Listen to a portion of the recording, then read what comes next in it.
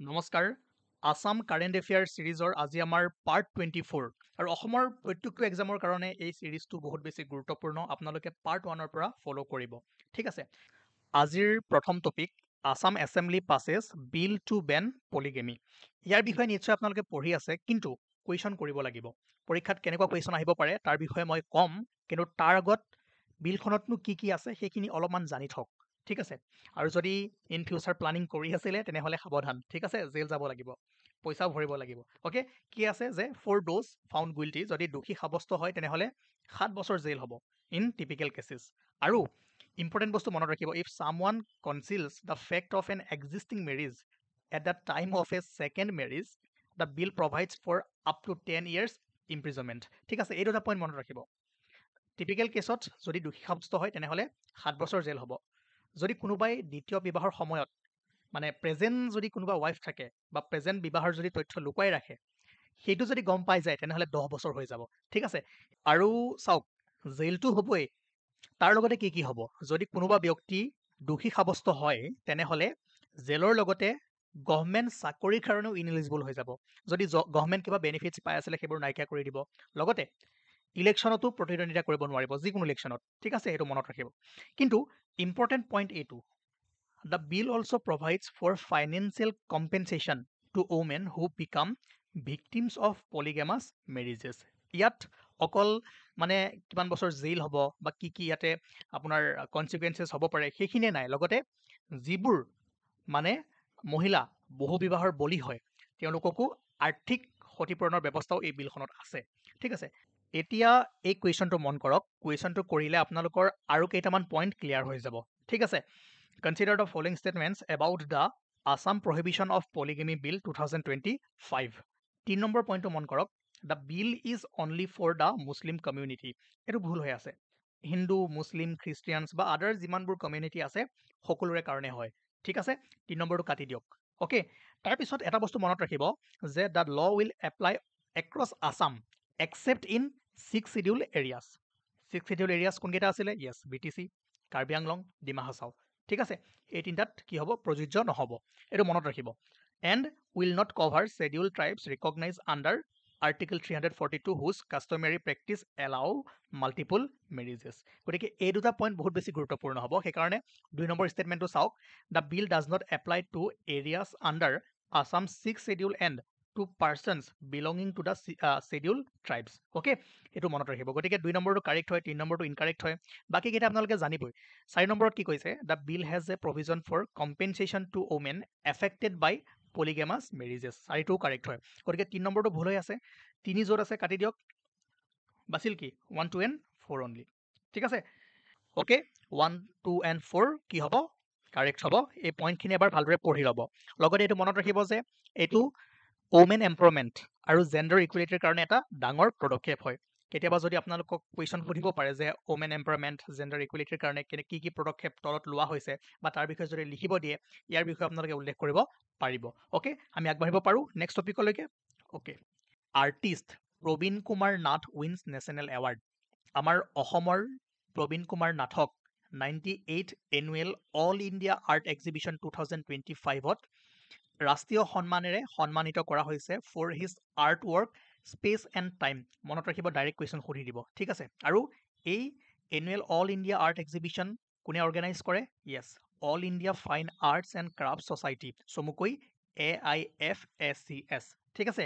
AIFSCS established in 1928 is one of the India's oldest and most respected national art institution মনত ৰাখিব Prabin Kumar Nath art work space and time ঠিক আছে আৰু এটা বস্তু মনত ৰাখিব in his art work Nath explores the disturbed social atmosphere and the crisis face by humankind direct সুধি দিব পাৰে যে তেওঁৰ আৰ্ট ৱৰ্কখন কিহৰ ওপৰত আছিলে ঠিক আছে হ'ব নেক্সট টপিক যাব পাৰোঁ অ'কে আপোনালোকে পুৰবী মিল্ক পুৰবী দৈ এইবোৰতো খায় হয়নে নহয় এতিয়াৰে পৰা আপোনালোকে পুৰবী মিঠাই খাব পাব ঠিক আছে Purabi dairy launches new products marking the celebration of National Milk Day, Purabi Dairy launched its first range of traditional Indian sweets, including Purabi Kalakan and Purabi Milk Cake.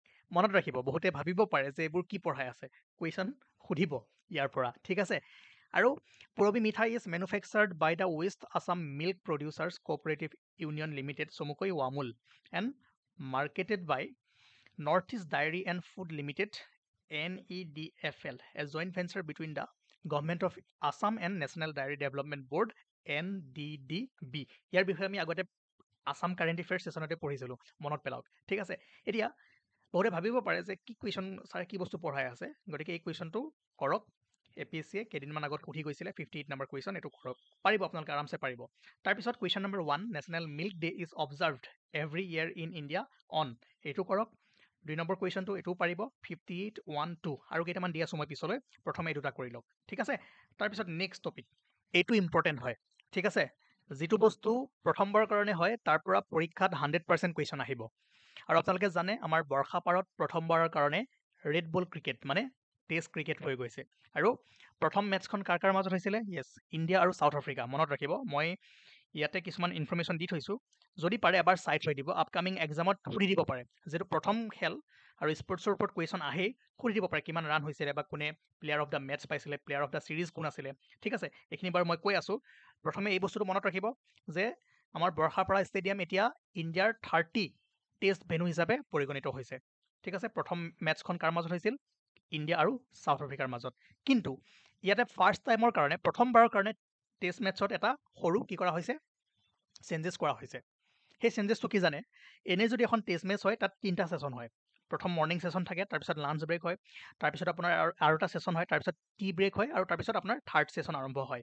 যিহেতু এতিয়া নৱেম্বৰ ডিচেম্বৰ মাহ আমাৰ অসমত কি হয়, দিন বহুত ছুটি হয়, তাৰ কাৰণে প্ৰথমবাৰৰ কাৰণে কি কৰা হৈছে? প্ৰথমে টি ব্ৰেক দিয়া হৈছে, তাৰপিছত লাঞ্চ ব্ৰেক দিয়া হৈছে। এইটো বস্তু মনত ৰাখিব। লগতে আপোনালোকে যদি পাৰে এবাৰ চাই থৈ দিব, ইণ্ডিয়া হাৰিছে নিশ্চয় জানে, South Africa won by 408 runs. আৰু ইয়াতে যদি চাই প্লেয়াৰ অফ দ্য মেটচ আছিলে মাৰ্কো জেনছেন, চাউথ আফ্ৰিকা, আৰু player of the series Simon Harmer, South আফ্ৰিকাৰ পৰা। অ'কে, সুধি দিব পাৰে। তাৰপিছত Sangai festival begins amid protest. নালাগে পঢ়িব কি লিখা আছে কি হৈ আছে, একো দৰকাৰ নাই। এটা বস্তুৱে মনত ৰাখক, চেংগাই ফেষ্টিভেল মণিপুৰ। কেতিয়াবা লিষ্ট 1 লিষ্ট 2 মিলাব দিব পাৰে, ছাইডত লিখি থৈ দিয়ক। ঠিক আছে, তাৰপিছত প্ৰেৰণা। এটা বস্তু মন কৰিব, জীৱন প্ৰেৰণা আৰু প্ৰেৰণা ইয়াৰ মাজত খেলি মেলি নকৰিব। কেতিয়াবা কুৱেশ্যন একেলগে দি দিবও পাৰে, আপোনালোকক চাব যে ইহঁতে বস্তুবোৰ ভালদৰে পঢ়ি চাইছেনে নাই। জীৱন প্ৰেৰণা দিব, তাতে প্ৰেৰণাৰ প্ৰভিজনবোৰ লিখি দিব, বা কেতিয়াবা প্ৰেৰণা বুলি ক'ব, তাত জীৱন প্ৰেৰণাৰ প্ৰভিজনবোৰ লিখি দিব। ভালদৰে নপঢ়িব, উৎপাতত মাৰি থৈ গুচি আহিব কিবা এটা, ঘৰত আহি চাব যে ভুল হৈ গ'ল, হয়নে নহয়? গতিকে Prerana providing holistic support to class 10 students. প্ৰত্যেক মাহে 300 টকাকৈ দিয়া হ'ব 4 মাহৰ কাৰণে, যিসকলে ক্লাছ 10 এক্সামিনেশ্যন মানে মেট্ৰিক এপিয়াৰ হ'বলৈ গৈ আছে।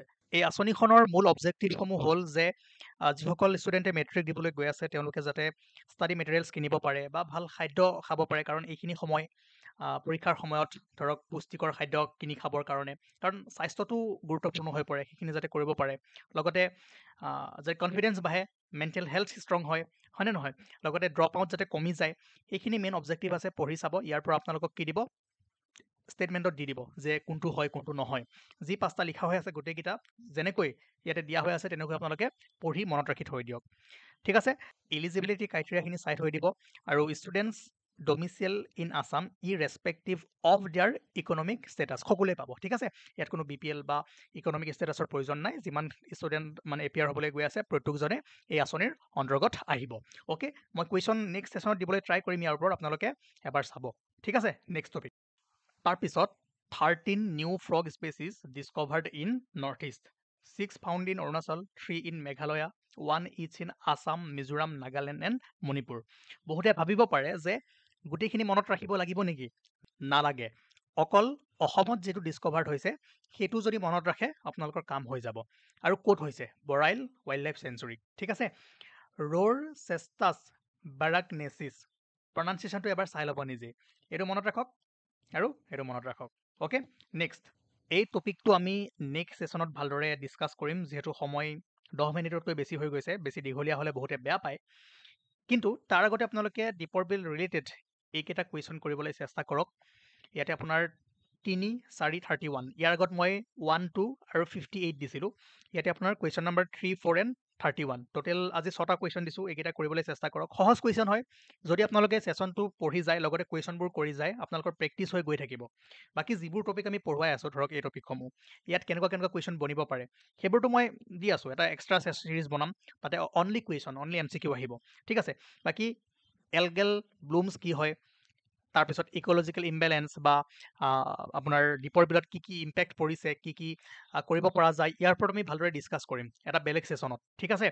আপোনালোকে আজি ইমানখিনিয়ে পঢ়ক, এই কুৱেশ্যনকেইটা কৰক, কালিলৈ লৈ আহিম, কালি বা পৰহিলৈ আমি টপিক আছে, মই ৰাখি থৈ দিছোঁ, আজি দীঘলীয়া নকৰোঁ, ভাল ভাল টপিক কিছুমান আছে, বা নেক্সট ছেশ্যনত মই দিবলৈ চেষ্টা কৰিম। আপোনালোকে কণ্টেক্ট কৰক এই নাম্বাৰটোত যদি আপোনালোকে কিবা অসুবিধা পাইছে, কিবা জানিব বিচাৰে, ঠিক আছে। আৰু লগতে যিখিনি মই কুৱেশ্যন দিছোঁ কৰিবৰ কাৰণে সেইখিনি কৰিবলৈ চেষ্টা কৰিব। আজি আমাৰ পাৰ্ট 24ত ইমানেই আছিলে, পাৰ্ট 25ত আমি আকৌ লগ পাম। Thank U.